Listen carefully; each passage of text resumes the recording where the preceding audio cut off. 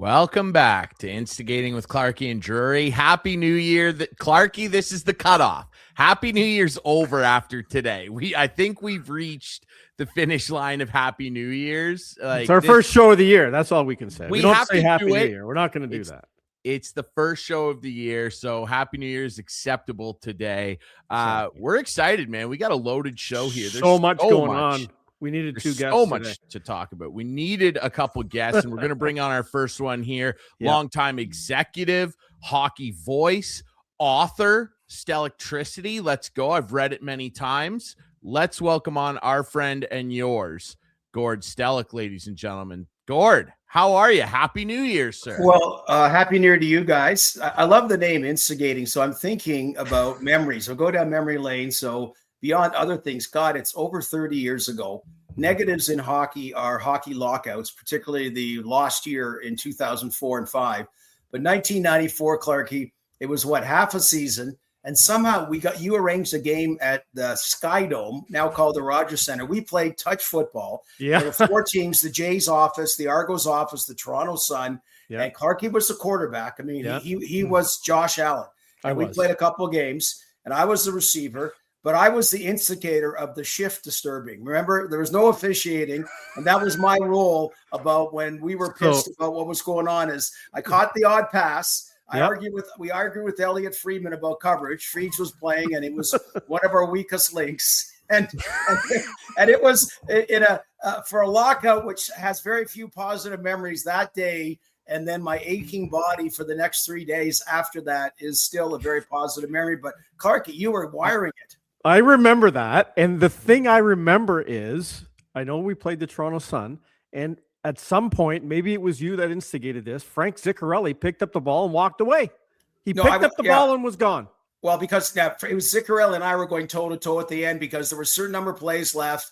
Then he was rushing, and then I slapped the ball out of his hand. Like, we went back to being 8 years old. Like, anyway, whatever. Yeah, so that's fun. It had a little bit of edge to it. So the good old days, eh? That's right. Well, it's good.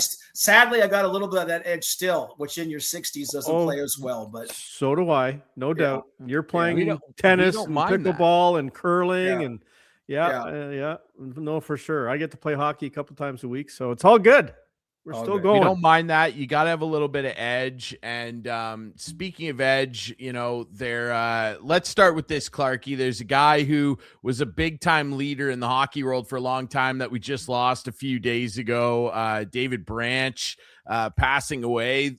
45 years as the Ontario Hockey League commissioner, 19 of them spent as president of the Canadian Hockey League. And Clarkie, I know, just with your experience over the years at Junior Hockey Magazine with a number of different people who have moved on to great careers, and having met David, all of us numerous times, I'm sure. I mean, he was always so much fun to run into, amazing advocate for junior hockey. And you could really tell he cared about not just the product, but he cared about the kids and the players. He was the guy who was a big time instigator, guys, of the scholarship program, of course, for players, and really believing that mixing in education was a huge component of these guys coming into the league and having successful futures beyond being OHL players. Clarkie, I'll start with you.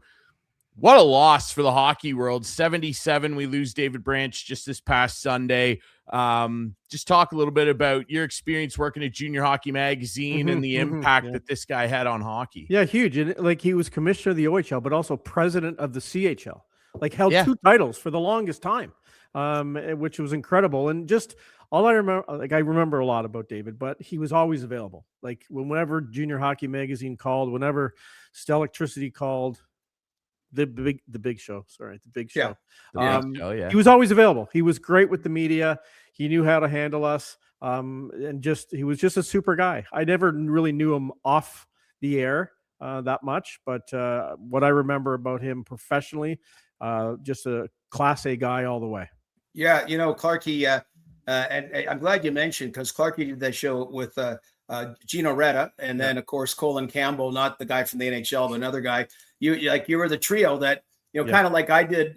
I was involved in the Rinkside Show, which is an American Hockey League magazine show. This junior show went longer in that. And so David Branch, I used to kid him because he really was the first ever commissioner. Like, he brought them from the Stone Age to the modern world age, because the previous guy, his name was Tubby Schmaltz, and he was in Walkerton, Ontario, of all things. So I would give him, he would start chuckling when I'd say, when you took the job from Tubby Schmaltz, whatever. So he did. So, and part of, you bring up the education thing, and he had to do that with a little bit that was reactive, because all of a sudden NCAA teams were attracting kids because there was like no education opportunity. So he made sure he stepped in that. He big on discipline, man. He was at the cutting edge, that you didn't screw around. He didn't give it a slap on the wrist. And then growing the game as far as the number of teams go, the accessibility now on TV and everywhere.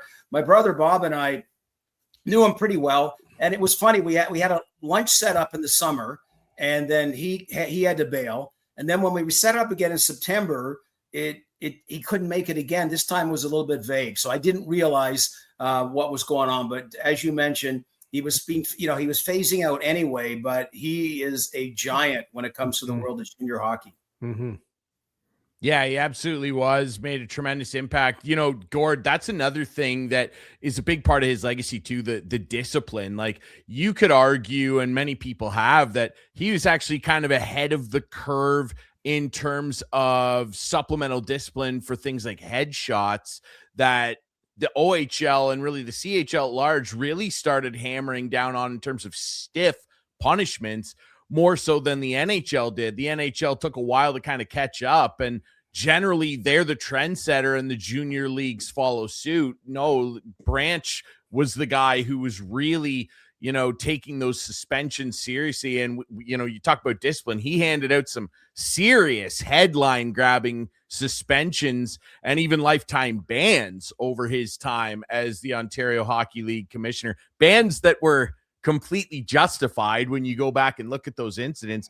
He was fair, he was compassionate, but he was tough, and he was not going to let people or teams or executives push him around when it came to doling out discipline. And I think everybody respected him, as they should, for that, among many other reasons. Tremendous loss for the junior hockey world. I know, we're recording this on January 8th tomorrow, and all the OHL teams that have had games since are holding a moment of silence for him. So rest in peace, David. And you're right, Clarky. He was awesome with the media. He knew that was part of the game, and he was always spectacular to talk to. Speaking of part of the game for Team Canada at the World Juniors these days, boys, not winning gold medals. And there's Porter Martone shaking the Finns' hands after a bronze medal win. Another disappointing loss to Czechia. The Czechs have our number right now, and it's just incredible to see.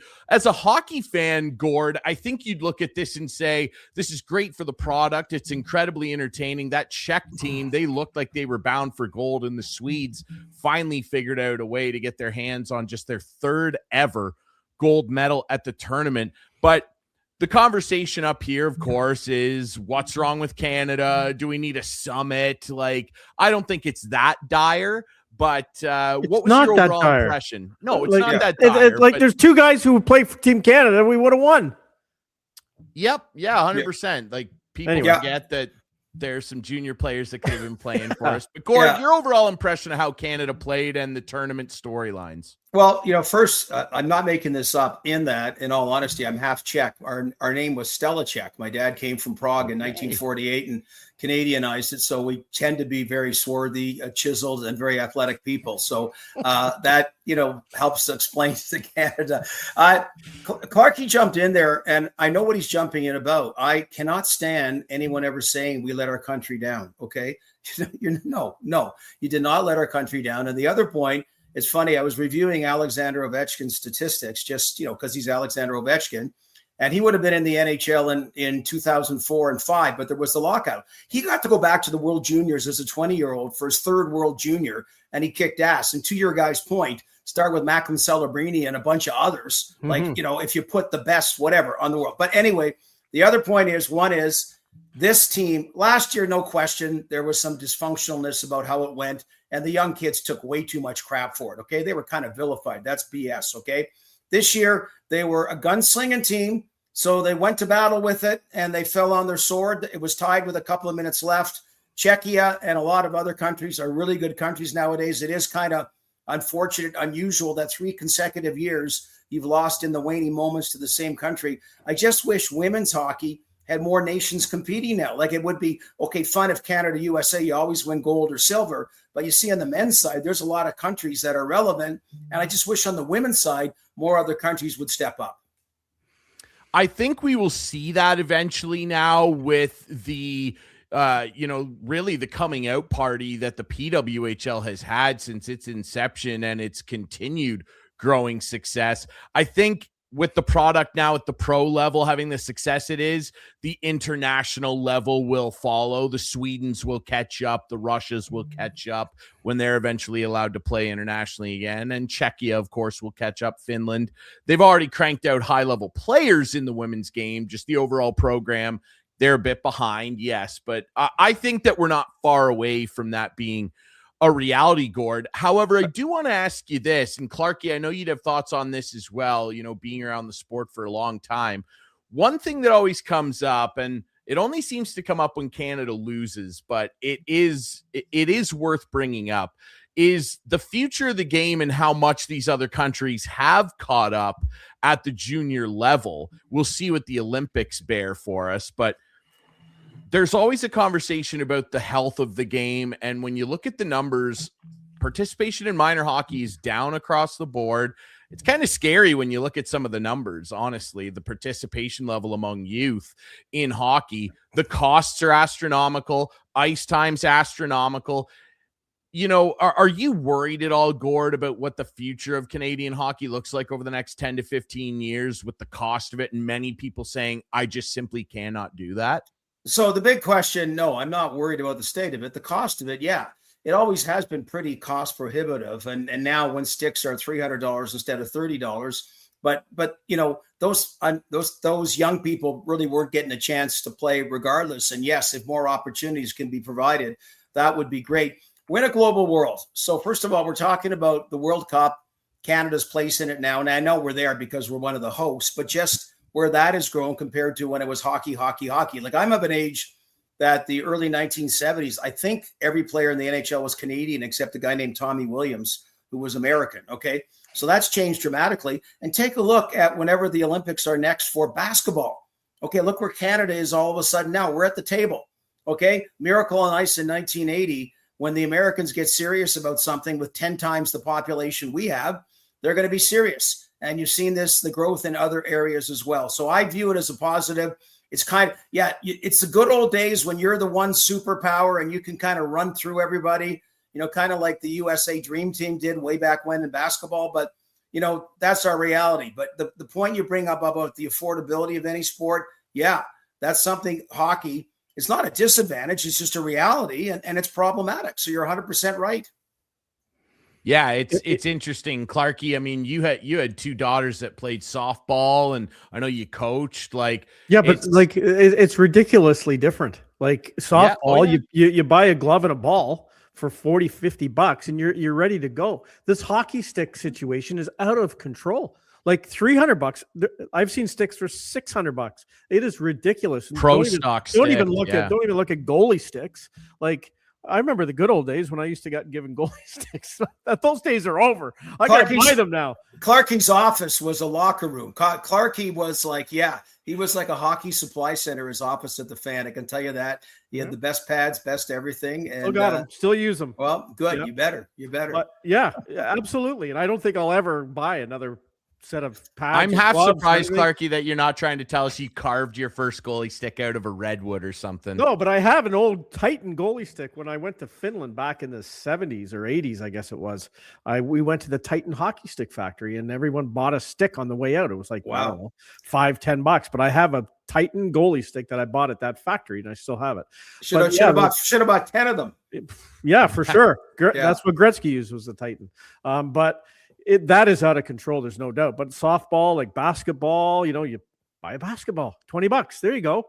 So I can see it's now the elite sport in Canada.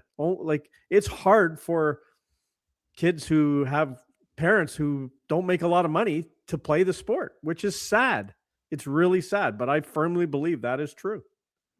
Yeah. I see it too. I see like my daughter's boyfriend, Dan, coaches the Toronto Red Wings U13 team. And he will often have parents come up to him and he does private lessons, which he charges for. And the parents have to pay for the hour ice time, which has got to be $300-400, like for 1 hour of lesson from a very good coach. And Dan, no doubt about it. But man, oh man, I can't fathom coming up with that kind of money. And I have 2 grandsons now who love playing hockey. So get ready.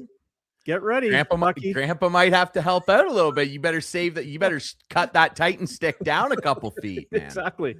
Yeah. Well, that's why, Clarky, I may have misread your text, but that's why I was glad to hear I get $5,000 for appering on the show because, just to help mitigate the equipment costs. So I appreciate Check's in the mail, Gord. No problem. Check is in the mail, brother. It's curling broom. It's something. Those aren't cheap either, buddy. Like they're expensive. Like sports are expensive. Sure. Like, I mean, we talk often, you're right, Gord. It's a good point. Like it's become more globalized. Other sports are becoming popular. Soccer, basketball, of course, the advent of Shai Gilgeous-Alexander nowadays. Like, yeah, he's pushing a lot of kids onto the hard court, and as he should, and that's great. I do worry a little bit about the viability and maybe some athletes that we're potentially maybe going to lose out on in hockey because of it. But I think the only issue in Canada is the cost of playing. The equipment and the ice time. The equipment and the ice time, it's those are 1 and 2 in my opinion for sure. In terms of, the tournament overall and what we saw with Canada, there they are. There's the lads winning bronze. And again, like you said, Gord, I can't stand it when people get on these kids and and but the kids got on themselves too. Yeah. Like, don't say it's so conditioned. Didn't let the country down. You guys played hard. It was a good game. It's conditioned in them. They think we got to win gold or it's nothing. And that's just not true. And like, that's what Carlo Koliakovo, not to interrupt you, but I'm going to, Carlo Koliakovo talking this week on some other morning show that talks hockey a little bit. He was talking about teams and like be great on an okay team instead of being just okay on a really good team, and learn how to lose. Because a lot of these kids don't learn how to lose when they play on these super teams. That's very true too. He sees that as being one of the problems. That's very true too, Gordon. I'm interested in your thoughts on that. I mean, you were a general manager, about putting teams together. That's another thing too. Like a lot of these kids, they play on these big traveling teams that go to the US for tournaments, and they're with, you'll look back at these guys when they're doing interviews in the NHL, and there they are on their team with 11 other first-round draft picks playing for the Toronto Marlies or something. Is that something that, like what Clarky said, you're concerned about maybe a little bit? Just some of these guys that take hockey maybe a little too seriously when they're young and they don't learn adversity? So because I work with the Leafs in the 1980s, people, whenever there's adversity, they call me to have comparables. Like, is this the worst since when? But I tell you, so first of all, again, since it's a good topic you're talking about, I don't know when it flipped, but it's all about parenting nowadays and how things have changed. Like, decades ago, it started, the principal was the principal and was the god of a school.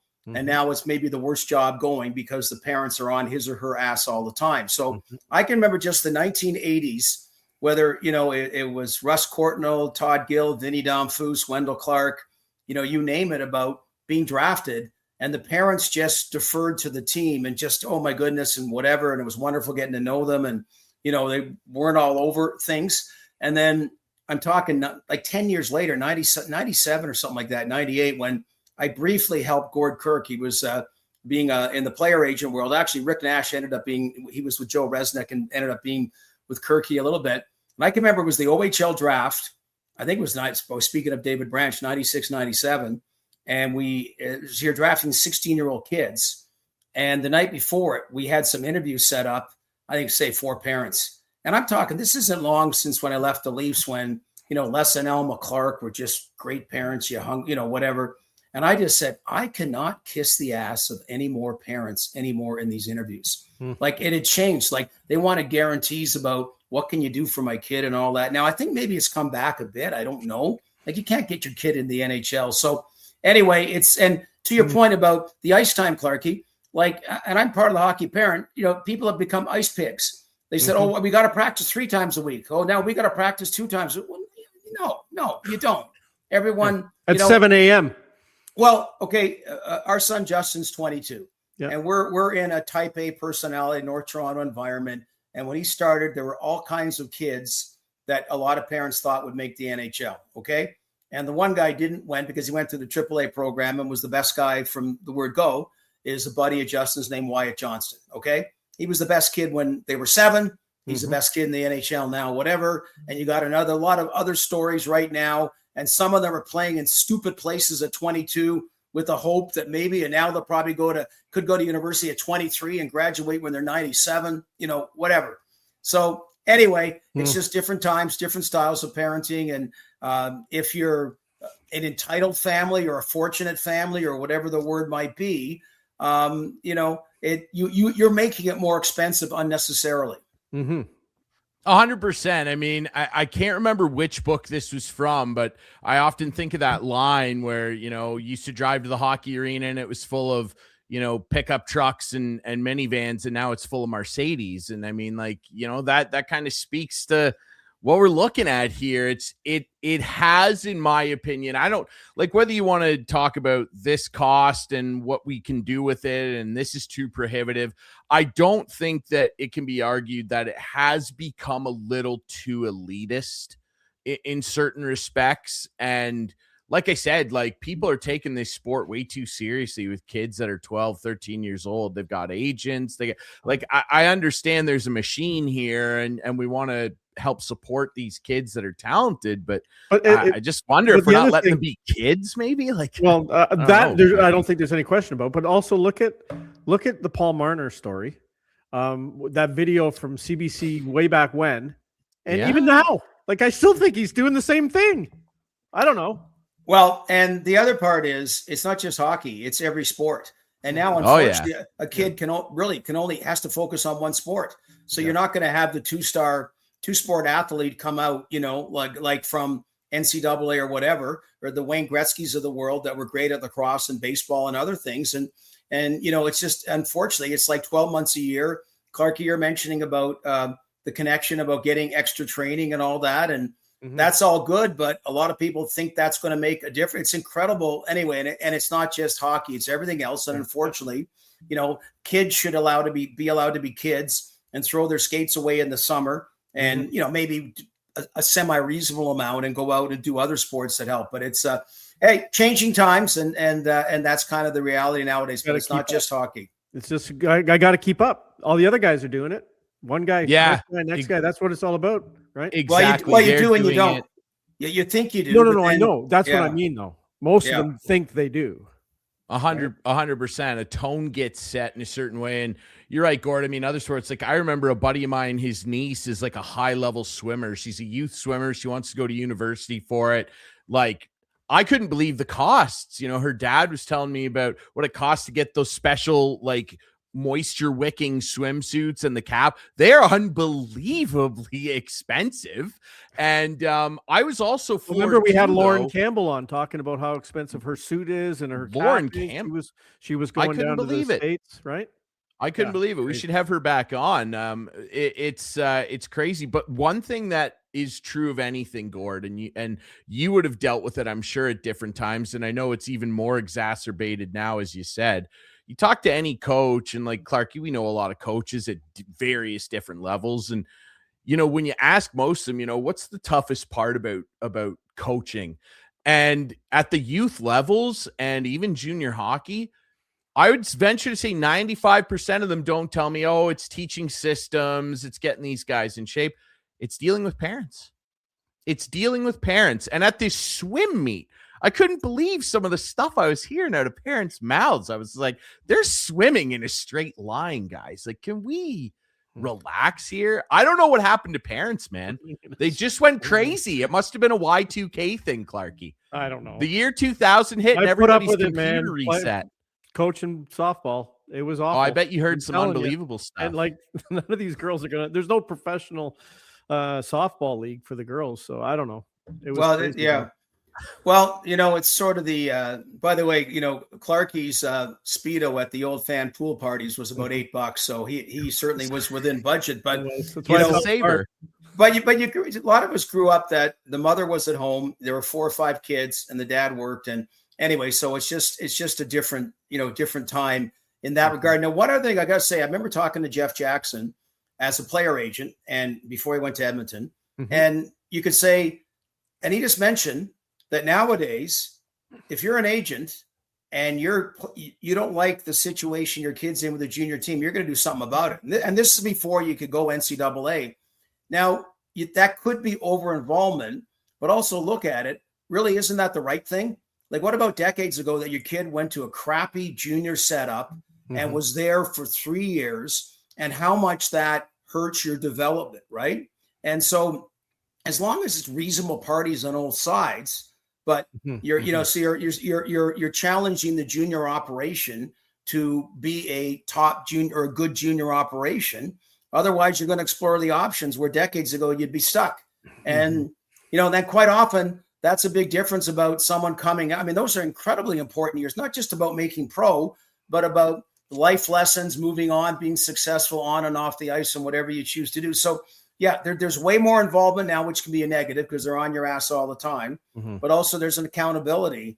And man, the NCAA, wow. But I like it. Like, why should you play half a season junior and then you turn down going to Michigan and you're screwed? And now you can kind of say, okay, I got a mulligan. I'm gonna explore NCAA opportunities and maybe get an education out of it. It's funny you say that, Gord, because I was talking with Dan McKenzie, the current CHL president, at the Memorial Cup official announcement in Guelph just a couple months ago. And he's obviously been asked this question 100 times since the NCAA ruling. And he said, you know what? Yeah, we lost some really high end players that have gone down there and explored opportunities.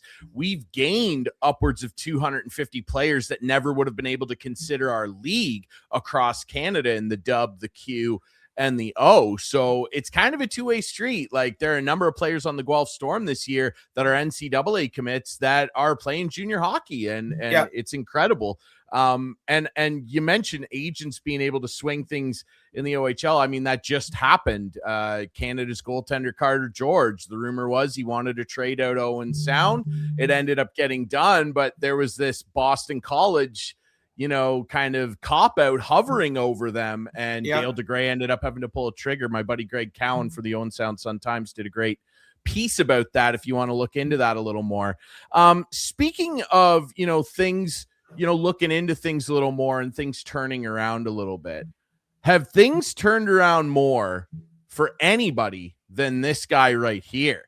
Man, oh man, Austin Matthews looks like he walked into a time machine during the Christmas break, Clarkie. He looks fantastic. Your boy breaking records.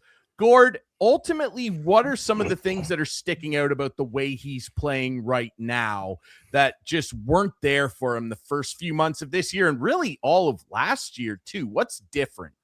Well, and by the way, it's great about him getting his proper props for the all-time goal-scoring record, because there's only 6 original 6 teams, and the other 5, it's still like Rocket Richard, Bobby Hull, crazy, Gordie Howe that are the all-time scorers. And the Leafs were the second best of those original 6 teams history-wise. So that kind of puts it in context. The health thing is always a mystery. That has to have been a factor. So maybe that alone is what's happening, and he's doing it with no Nylander, with no Mitch Marner this year. I mean, he's done it before at times when they've been out of the lineup. So all I know is, I don't know if it's the 11th hour, but it's getting pretty close for both the Toronto Maple Leafs as a team and Austin Matthews as a leader. Like, boy, you were on the verge of it being an irrelevant season. Excuse me. Nothing to sneeze at. And anyway, so I'm glad to see it, because I thought for last 5 years, top 3 forwards, McKinnon, McDavid, Matthews. This year, 2 of the 3, Celebrini, and at one point, 80 others, before Matthews. Now we're seeing more of what Austin Matthews has been, and I believe will be moving forward. If he stays with the Leafs for a while, like his whole career, but just even for a while, they're lacking team success still, okay, in his era, playoff success. But the records could be, hypothetically, Austin Matthews, team leader in goals, Matt Sundin second, 400 goals less. It could be that absurd. Like in Edmonton, sure. Connor McDavid can get 8 million points, but Wayne Gretzky set the bar pretty high, right? And Joe Sakic did that. And, anyway, we'll see what happens. They, by virtue of how close it was, they kept things, within eyesight, but they were starting to drift. And now it's a very clustered area, but they're in the fight anyway with elbows up, led by a captain who still has to not sell us, but figure out what captain means as far as for him and any kind of success and any kind of difference it can make with the team. Do you buy into this theory that I hear going around? This adversity now could help them later in the playoffs, just going through this adversity. Do you believe in that? Absolutely. Yeah. Absolutely. I believe it in any situation. Florida Panthers, first year, they barely got in the playoffs. You remember when they came to Toronto and Paul Maurice tore a strip off them during the game, but I think Keith Tkachuk had already done it that afternoon on a radio show. And man, you look at that charmed run in the Canadian division, and we had tickets because there were no tickets that year, but thinking, okay, wherever they play in the semifinals or conference final, we could go there and watch it. And they have a 3-1 lead against Montreal, and you know what happened. I know, but they didn't have any. It was too easy a ride. I think so. He'll be in pain. Clark is in pain right now. Well, and again, there's a whole other show about that and why Mitch Marner's gone, because the lack of accountability, instead of everybody pissing and moaning and poor Mitchie getting crap on social media, which why you're reading social media, like why, just whatever. You should be so pissed you blew that lead. And it became, we got to do the process and the kid gloves. And anyway, whatever. That was a different time. So now I still think, though, this team is better off the way they're built without Mitch Marner. I really believe that. Well, time will tell. You can't be in the regular season, obviously, but something had to give, and his contract happened to be up. Okay. And he chose to leave. Yes. He was not run out of town. And maybe that mentality being gone is a positive to your point, Clarkie, but talent wise over 82 games, that's part of the challenge for them in the regular season. There's no question something different had to happen in the playoffs. Let's get some thoughts from a guy that talks about this an awful lot on Sportsnet, the Fan 590. Very good friend of the show. Let's bring Mike Gentile in here. Mike, there he is. Happy New Year, sir. There Gord he is. Stellick. I'm not worthy. This is amazing. Oh, come on. Yeah, it's a great round table here.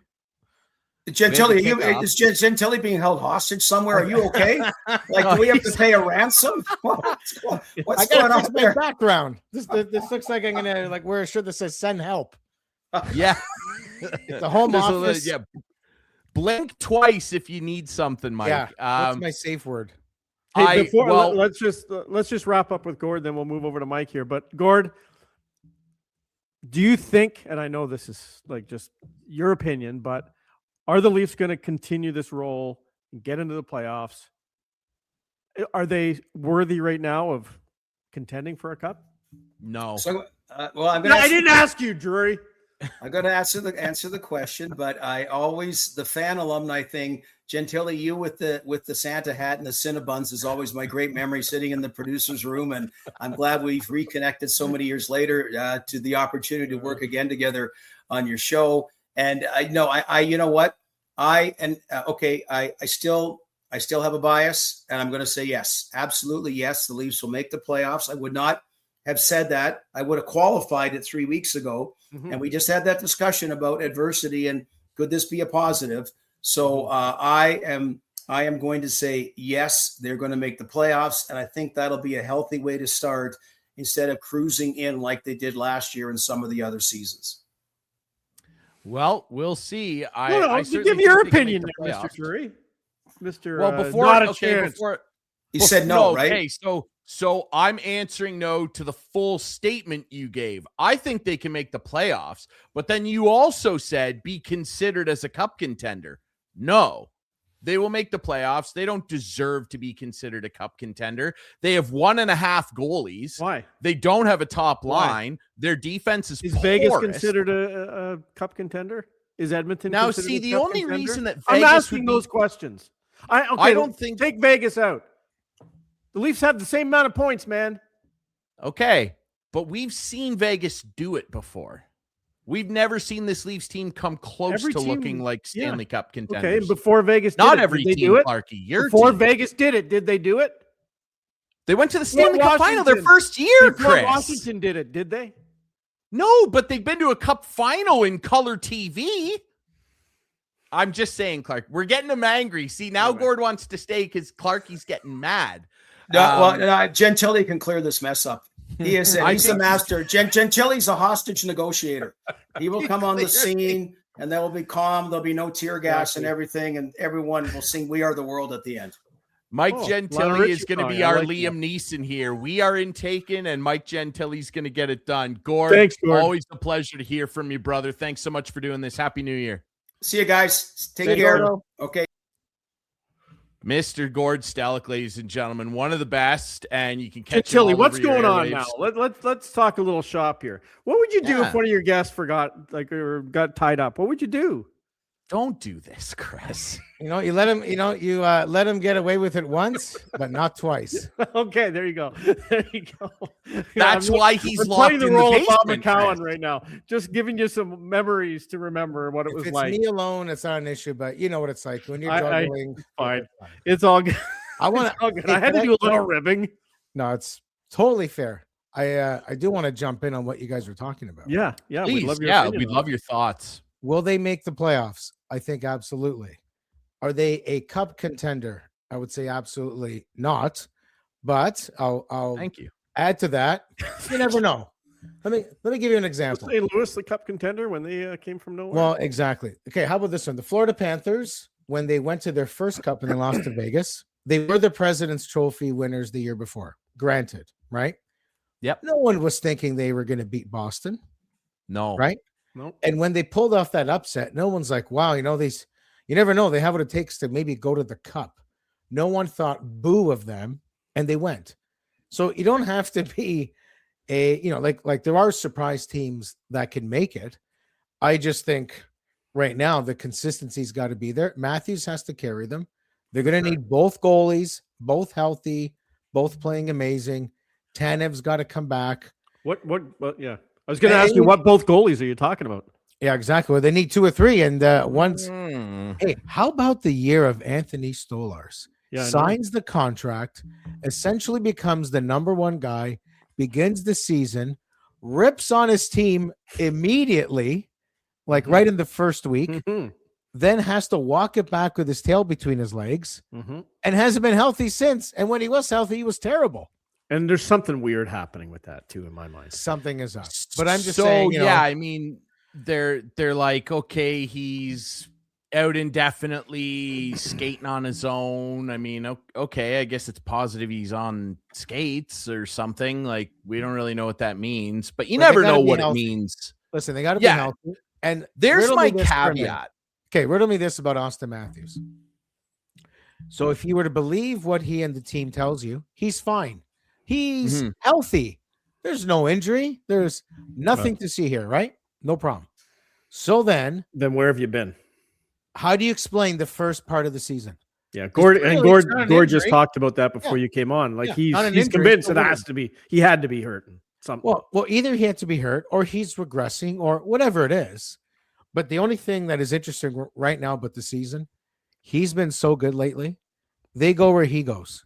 Yeah. If he can carry them, they can go anywhere. Yeah. The difference is when you watch him, like the hat trick the other night, the 2 goals, he looks like could be a Leon, could be a Connor, could be like he looks like he's back. A world player, right? He looks like he's back, no doubt.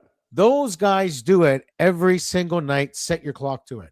Yeah. This guy does not. Well, and now he got 69 goals in a season. He must have did it that season. Well, but not this season. Well, no, he did it once. He did the 69 goal season and then didn't do it in the playoffs. Hasn't he scored the most goals in the NHL since like 2018 or something? Since he came into the league, he leads the league in goals and 5-on-5 goals. Regular season. Regular season. I'm just going to regular season. I don't even know if he's top 20 in the playoffs. I'm just saying he is close to those guys. There was a time where it was McDavid and Matthews, who's the best player on earth. Like he was right there. He hasn't been consistent. And then you got to say what has led to that. And I think he just hasn't been healthy.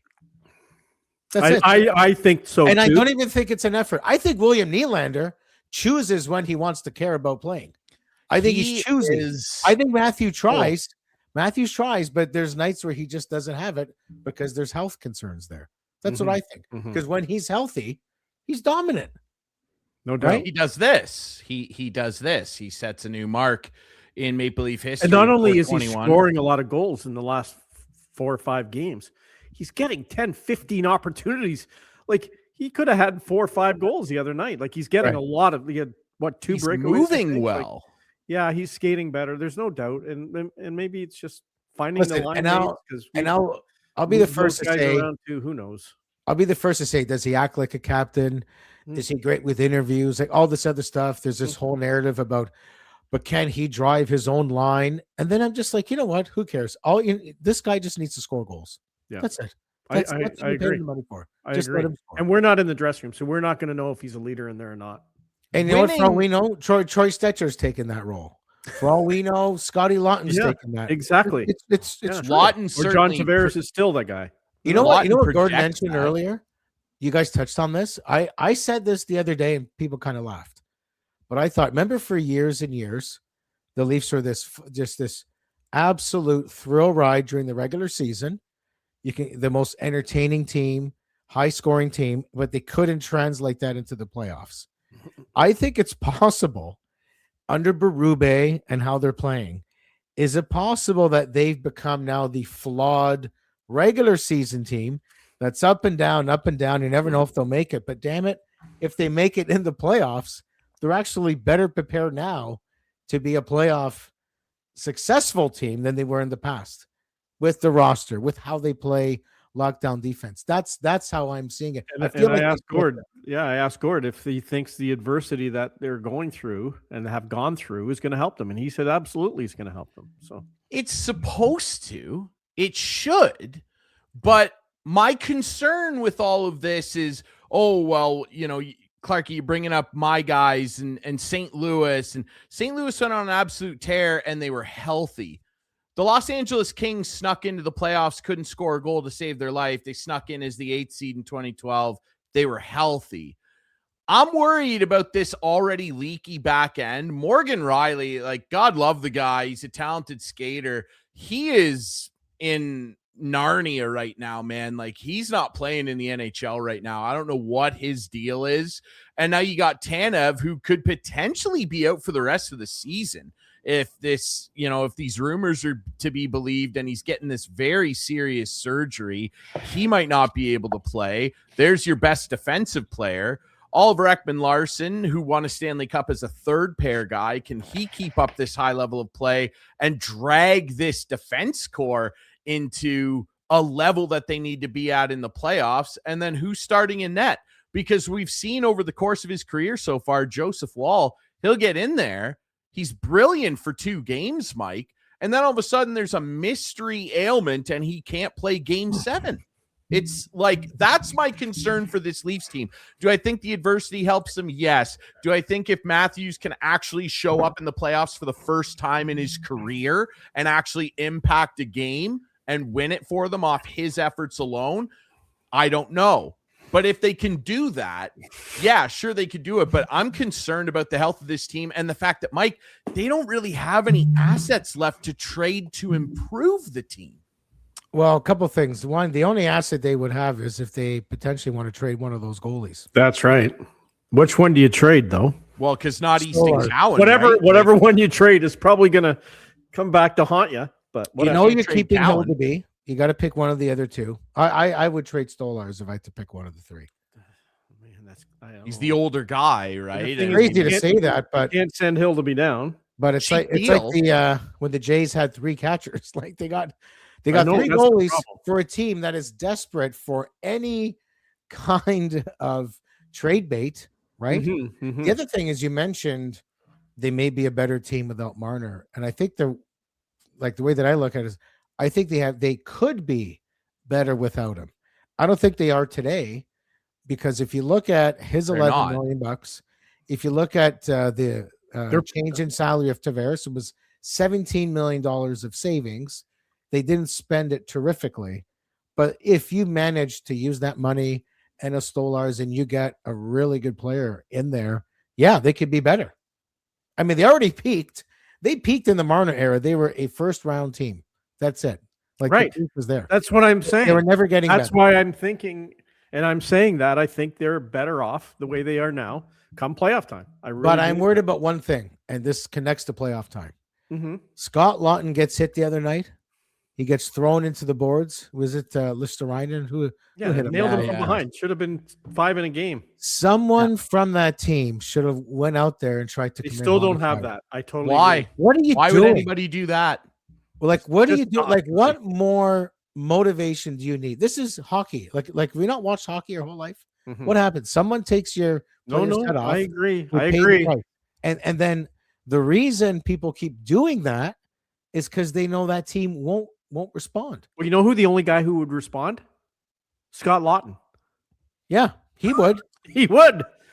Yes, he would. I hear once, and then people gave him crap for it. But how many times have we seen them not come to the back of one of their teammates? I know. I agree. And totally agree. I'm sorry, that attitude in the playoffs, because teams don't. Like, you think Florida came in there?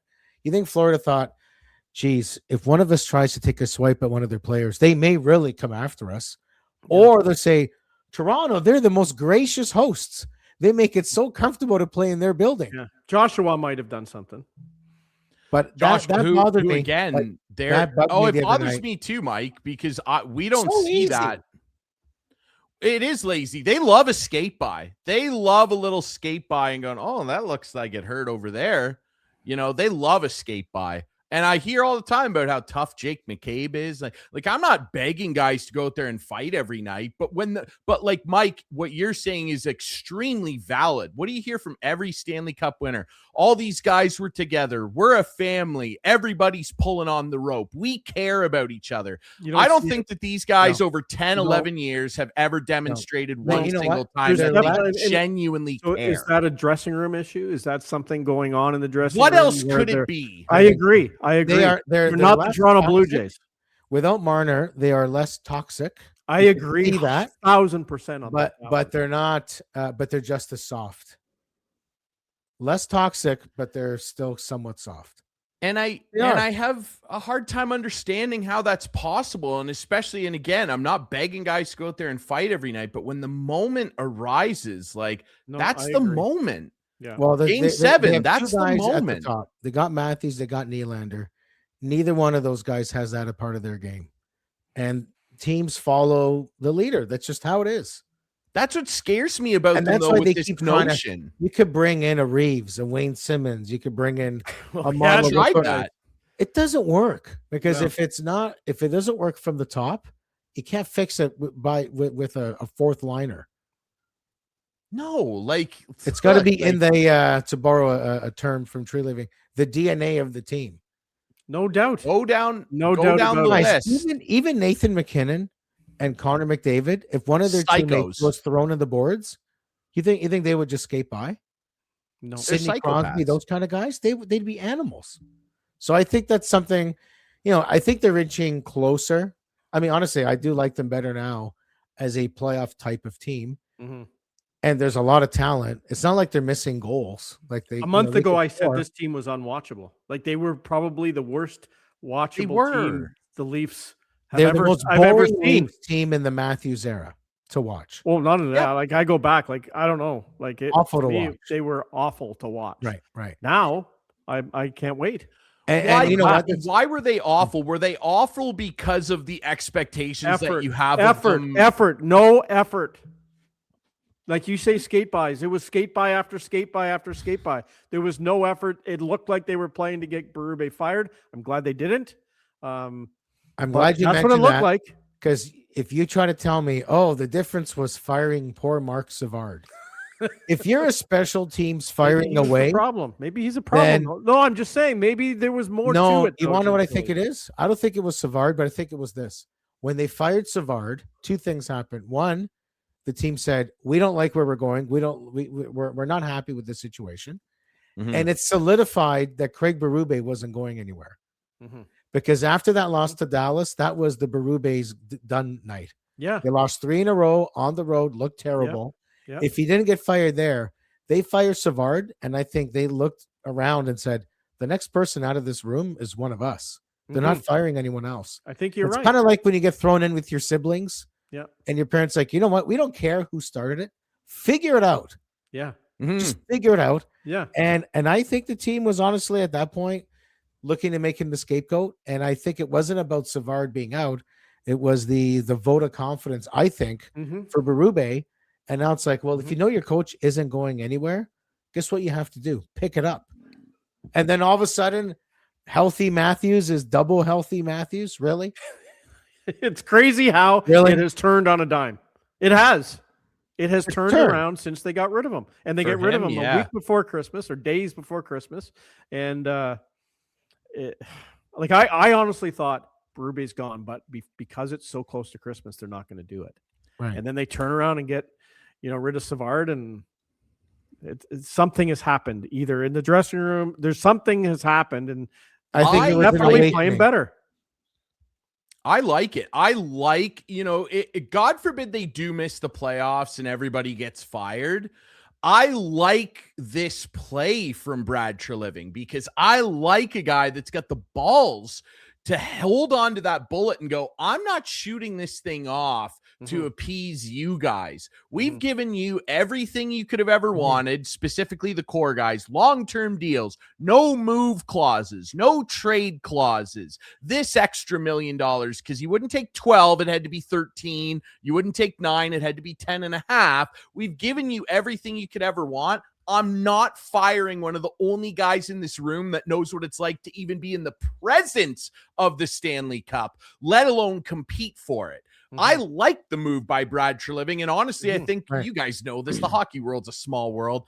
That's going to play if he did get fired with other organizations. They're going to go, yeah, that guy, he stood up for Berube. And I think that plays. Word came out that Pete DeBoer was not coming here. DeBoer made that call. He made the message to Berube, don't look over your shoulder. It ain't me. It's not happening. Yeah. And if we don't think these guys pay attention, I mean, they may not watch every show or whatever, but you know who does? Their agents, the people around them. For sure. And they tell them all the time. So don't give me this like, oh, they don't, the old adage, we don't read the newspapers. But sometimes it's just the spark, like the Savard spark. Like, look at the Buffalo Sabres. They fire their GM and go on a win streak. Brought in all the players who all of a sudden turn it around. How does that happen? Something happened. Like firings, if done at the right time, they work. Yeah. Yeah. The difference would be that's why, I mean, check this Leaf schedule. We got that, like twice against Marner coming up soon, twice with the Avalanche coming up, like all in this month. If you look at that January schedule, we will know before the Olympics what this team is. Well, they got to start winning on the road because that's what they're not doing. Based on points percentage, but they're not running on the road. Based on points percentage, they have the third hardest schedule in the National Hockey League to the end. Bring it on. Based on what the standings are now, to the end of the season, they have the third hardest strength of schedule. So bring it on. We're good. We're ready to go. They need Matthews to keep doing it. Real quick, we got some time here. Let's talk a little bit about let's talk about Team Canada here. We got a few minutes left in the show. There is the roster. And when you look at this roster, Mr. Gentile, is there anything that you would like to see change? Something that didn't quite fit for you? Now, obviously, the caveat here being that it's highly likely, I'm hearing that Bo Horvat, unfortunately, because of injury, is not going to be able to play on this roster. Those are the reports out of the island. But outside of that, when you saw this finalized piece, your thoughts were what? Well, first I thought, and I've always said, this is going to be not a team built from scratch. It's going to be an edit of the Four Nations team. Meaning if you made Four Nations, you have an edge. So it was always going to be a bit of an edit. So my first thoughts were, okay, they went with Celebrini. We thought maybe they wouldn't bring all the young guys in, but of course he had to be in there. That's fine. But I couldn't believe Cirelli made the team. That one surprised me a bit. And Sam Bennett being off there. I mean, to be honest, it almost doesn't matter because the team is so deep, despite all this thought that, there's so much trouble with Canadian hockey, but we're like developing the best players on earth anyway. It almost doesn't matter, but I did, like I like the addition, Stone being back in there makes sense. Suzuki, I like that. Bo Horvat, I love the fact he literally played himself on this team. I think Tom Wilson played himself on the team, and I think there's a spot for him. So everything looks fine, but you just can't sit there and make a great case for Sam Bennett not being on the team. But is he going to be on it? Is he the first replacement? I think he has to be. I think so. Yeah. Because guess what? If it was Scheifele, he would have been on the roster. So I don't think it. I think it's Connor Bedard if he's healthy, but that's another issue, right? Yeah. So I think if you had to go for someone that's not on the team now, I think the easy bet is you go with Bennett. I mean, he was good in the Four Nations. He was great in the Cup. He won the Conn Smythe. What is it like? Yeah, he's done everything you want. I mean, literally, even if you logically said make the case for Cirelli over Bennett, there's no case. It makes no sense. Now, I could be talked into, hey, they have Marchand, they have Wilson. How many of those guys do they really need? Mm-hmm. But as we saw some photos today, this ice surface ain't exactly large. Mm-hmm. Mm-hmm. And it's NHL, right? So that's all that stood out. I mean, the defenseman, I would have liked to seen Schaefer out there because, hey, let's let him grow. I think he's just that good. He is good. But I don't know if that's a difference of you got to ask yourself, was there anything they did that could cost them the gold medal? And I don't think so. Mm-hmm. No. I'm torn. I agree. I'm torn on what to ask you next. I want to ask does Jordan Binnington see the ice a lot? And if he does, will he come off it if they pull him out? Because last night it was unbelievable what happened. Joel Hofer went missing. He went missing, and Binnington didn't want to come off. But I don't want to get too into politics, but is it time to let Russia back into this? Yeah, that's kind of glaring. I mean, when you see people put their rosters together and you think of man, I know what it would be like. So now we can be selfish for a minute and say, world politics aside, damn, it'd be a better hockey tournament if Russia was in it. Yeah, 100%. But I feel that way with the World Juniors. 100%. That's Russia, the World Juniors. 100%. Absolutely. And what's interesting about that, so let's be honest, the NHL, they're not making their own mind up. What they're being very easy and saying, we're going to follow what the IHF says. Mm-hmm. We're going to follow and support what the IOC says, but they'll never make up their own stance. The question is, what happens? When is the war at a point where you could be like, okay, they're back now? Is it forever? Because I'll tell you, if you start playing that game, I'm looking at that FIFA World Cup. I'm thinking there's a lot of teams that probably shouldn't be there either. If you want to play that, right? But FIFA are giant greedy pigs, and they don't care about stuff like that. They're just hit me with all that cash you got. Listen, it's been 4 years, right? The war's been about 4 years old, right? Yep. Unless you could emphatically prove that the removal of sports has had an impact that has worked for the world and it blah, blah, blah, blah, blah. Unless you could prove that, I think there's nothing wrong with saying, listen, they're going to go back in because you are punishing innocent people. Not just 100%. The athletes. There's people that live in that country that don't want to be at war, and now not at all, right? So I think at the time it was an interesting reaction. It would have been weird to put them in there, and there was such a connection. They use sports to get more strength in their politics. I totally get it, but it's been 4 years, and I don't know if there's an advantage of keep going with it. And sorry to say, but we missed them in the Olympics and all these venues. Man, it would be better, especially with those goalies. You have Ovi and Sid, their final ride tour. Together. Yeah, it would be insane. It would be insane. Yep. It would be better. Well, we'll see if it comes to fruition someday and they let them back in. Eventually, they'll have to. Mike, thanks so much for doing this, buddy. Great start to the new year, Clarkie. It's a great start to the new year. We appreciate Gord Stellick, Mike Gentile coming on. Anytime, and I mean it. Anytime. Blink twice if you need us.